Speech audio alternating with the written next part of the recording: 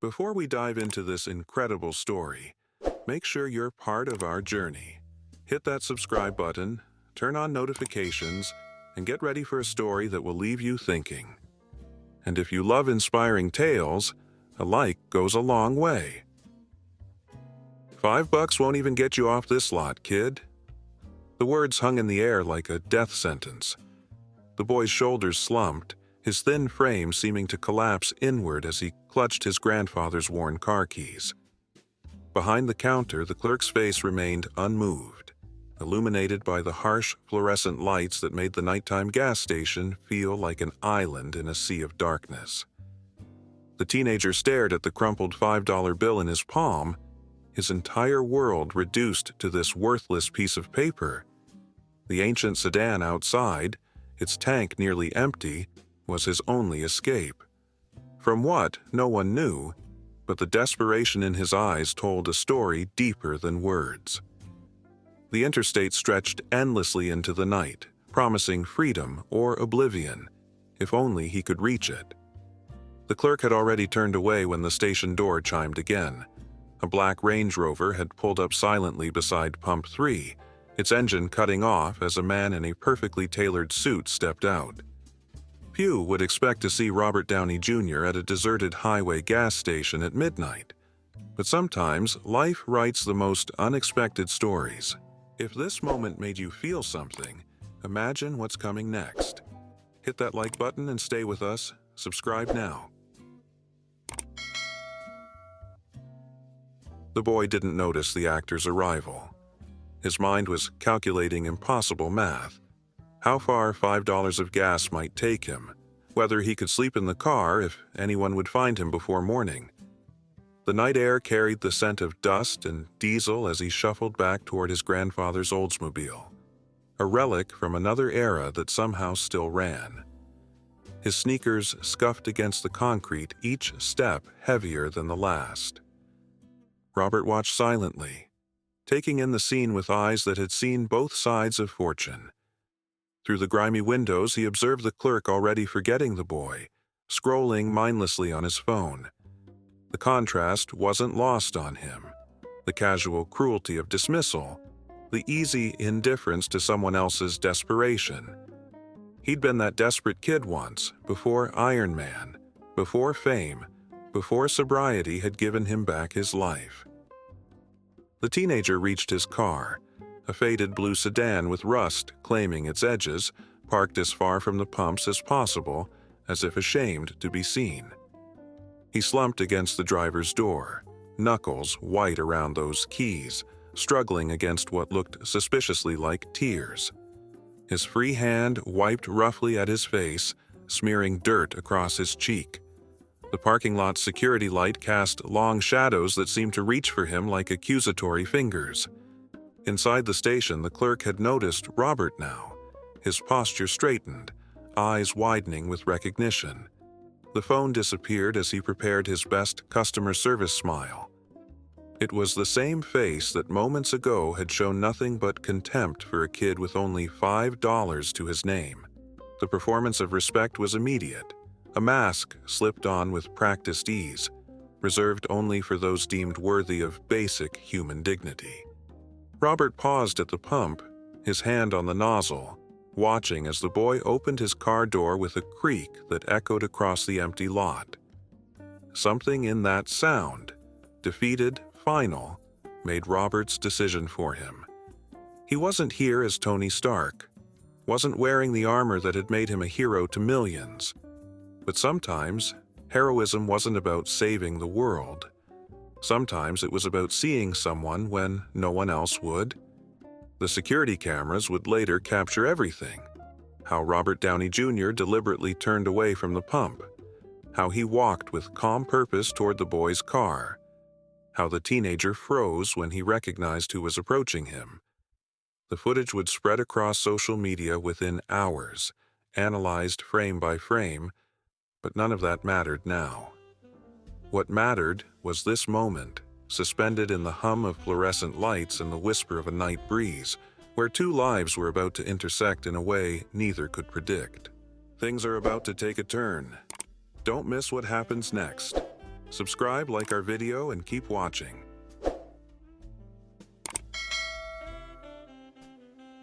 Car trouble? Robert asked, his voice carrying easily in the night stillness. The boy's head snapped up, recognition dawning in his eyes, disbelief, then embarrassment washing over his features. He straightened awkwardly, caught between the instinct to flee and the shock of being addressed by someone whose face had graced movie posters on his bedroom wall. I don't have enough for gas," the boy admitted, shame coloring his voice. Up close, Robert could see how young he really was, 16, maybe 17, and how exhausted. There was a bruise yellowing on his jawline, partially hidden by the shadow of his hoodie. The car behind him contained what looked like everything he owned: clothes stuffed in garbage bags, a blanket, a framed photo face down on the passenger seat. "Where are you headed?" Robert asked, maintaining a careful distance, his tone conversational, as if they were just two travelers meeting by chance. The clerk had pressed himself against the window now, phone raised subtly, recording.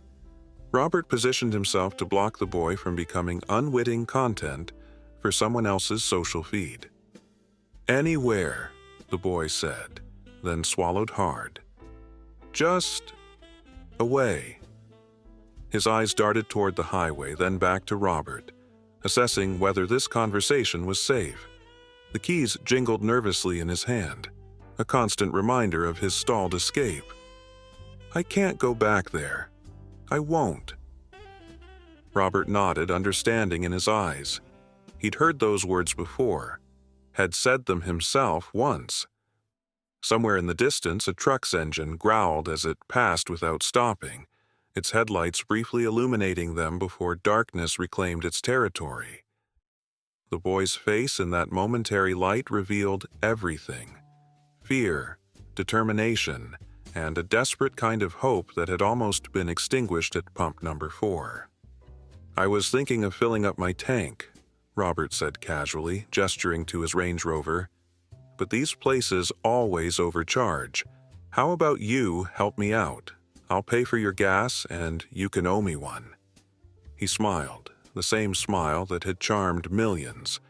But there was something genuine beneath it, something the cameras never quite captured. "What's your name, kid?" "Alex," the boy said, hesitantly extending his hand after a moment's pause. His fingers were calloused, nails bitten to the quick. "I'm Alex. And you're—" He trailed off, the absurdity of introducing Robert Downey Jr. to himself hanging in the air between them. "Just Robert tonight," the actor replied, shaking Alex's hand firmly. "Come on, let's get you sorted out." He started walking toward the station, and after a moment of stunned stillness, Alex followed. Inside, the clerk's transformation was something to behold. The surly indifference had vanished entirely, replaced by an eager smile that stretched unnaturally across his face. "Mr. Downey, such an honor. Can I get a picture?" His phone was already raised, the record button blinking red. Robert positioned himself directly between the camera and Alex, who stood uncertainly by the door. "Actually," Robert said, his voice pleasant but firm, "I'm here to pay for my friend's gas, fill up his tank and put it on my card." He slid a black credit card across the counter, maintaining steady eye contact with the clerk. "And we'd appreciate some privacy tonight. No pictures, no videos, just doing a favor for a friend." The last word hung in the air, a simple kindness that made Alex's eyes widen. This story is only getting deeper. What would you do in this situation? Comment below, and let's talk. The clerk's smile faltered, his thumb hovering over his phone. "But he began, then fell silent under Robert's unwavering gaze. Reluctantly, he set the phone down and processed the payment. "Pump 4 is ready," he muttered, sliding the card back. Outside, as Alex began filling his tank, Robert leaned against the car. looking up at the stars visible despite the station's harsh lights. "You know," he said conversationally, "when I was about your age, I had this beat-up Chevy that would break down every 50 miles. I was running too, from myself, mostly." Alex kept his eyes on the numbers ticking upward on the pump, but Robert could tell he was listening intently. "I don't know what you're running from, and I'm not going to ask. But I've learned something about running." He paused, choosing his words carefully. "The problem with it is that no matter how far you go, you still wake up with yourself every morning."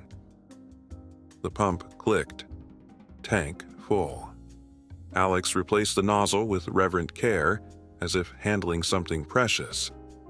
"I don't have a choice," he finally said, his voice barely audible over the ambient hum of the gas station. "My stepdad said if I come back, he'll kill me. And he means it." Robert's expression didn't change, but something in his eyes hardened. He'd heard variations of this story before, had lived through dark chapters himself. Inside the station, the clerk was still watching them, phone in hand, despite the warning. "I believe you," Robert said simply. Those 3 words hung in the air, powerful in their straightforwardness. Not questioning, not doubting, not minimizing, just acceptance of Alex's truth. "And I'm not going to tell you what to do, but I can offer you options." He pulled out his own phone, unlocked it, and handed it to Alex. "There's a number in there for my assistant. Her name's Emma. Tell her where you are and that Robert said to help you. She can connect you with people who specialize in situations like yours. Safe houses, legal help, whatever you need." Alex stared at the phone as if it might disappear. His hand trembled slightly as he took it. "Why are you doing this? You don't even know me." The question wasn't accusatory. It was genuinely bewildered from someone who'd learned not to expect kindness without strings attached. Robert smiled. Not his Hollywood smile, but something more weathered and real. "Because someone did it for me once, when I needed it most. And because..." He gestured broadly at the night around them. "This whole universe is pretty random. We crash into each other by accident. Sometimes those accidents are the only moments that make any sense." Inside the station, the clerk had abandoned all pretense, openly filming them now.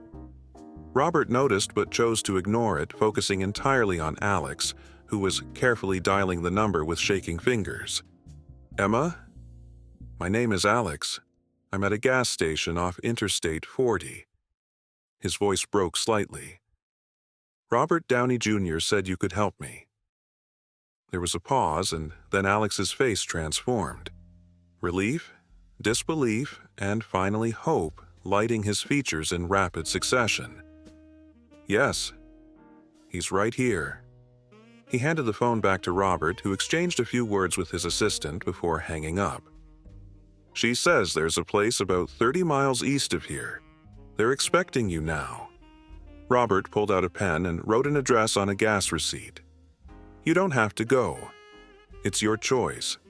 But if you want a safe place to figure out your next steps, these people are good. They helped get me straight when I couldn't do it alone." Alex took the paper, holding it like a lifeline. "I don't know how to thank you. It's not over yet. The best part is coming. Make sure you're subscribed so you don't miss it."